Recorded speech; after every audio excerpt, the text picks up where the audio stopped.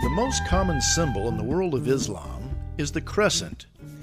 It is seen atop minarets, mosques, postage stamps, and the flags of Muslim countries. Some Muslims will argue that it is merely pointing to the days of the Ottoman Empire when it was popularized. Critics of Islam will often make the claim that it ties Islam with a pre-Islamic pagan deity, a moon god.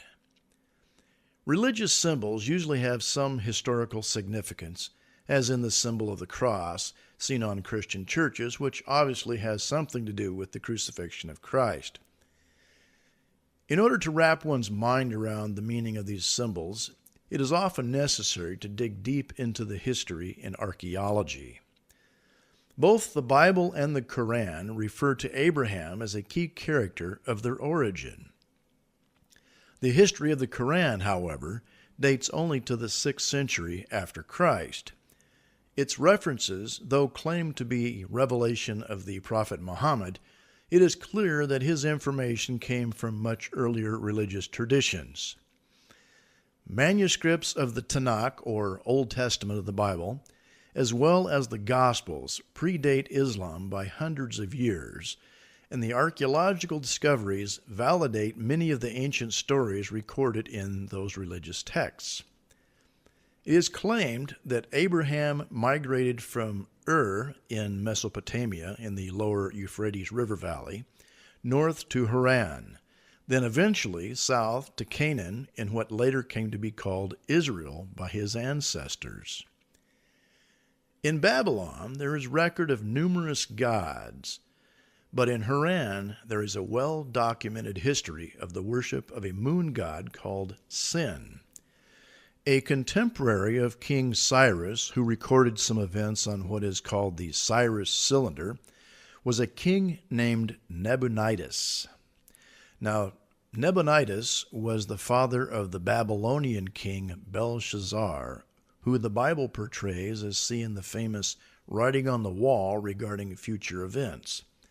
Now, Nabonidus recorded some events himself on some clay cylinders, which were found in 1854 by J.G. Taylor at the ruins of a pyramid-like ziggurat in Ur.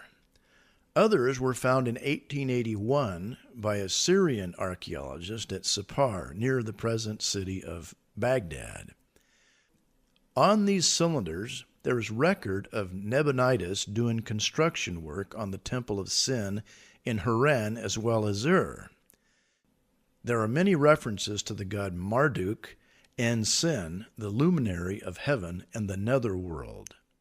According to the late archaeologist William F. Albright and the translations by A. Leo Oppenheim, this moon god was glorified by Nabonidus wherever he went.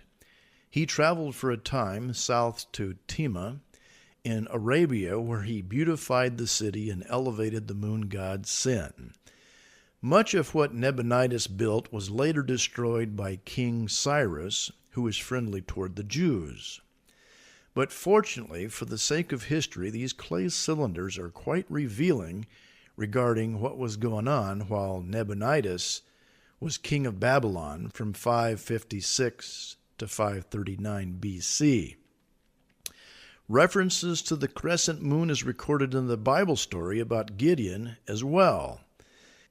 In the book of Judges, we read that Gideon rose up and killed Zebah and Zalmunna and took the crescent ornaments which the kings of Midian wore, as well as those on their camels' necks. That's in Judges chapter 8, verses 21 and 26. A separate book of the Bible, Psalm 83, further reveals how the Arabs and the Assyrians strove to destroy the nation of the Jews, and Zebah and Zalmunna are again mentioned.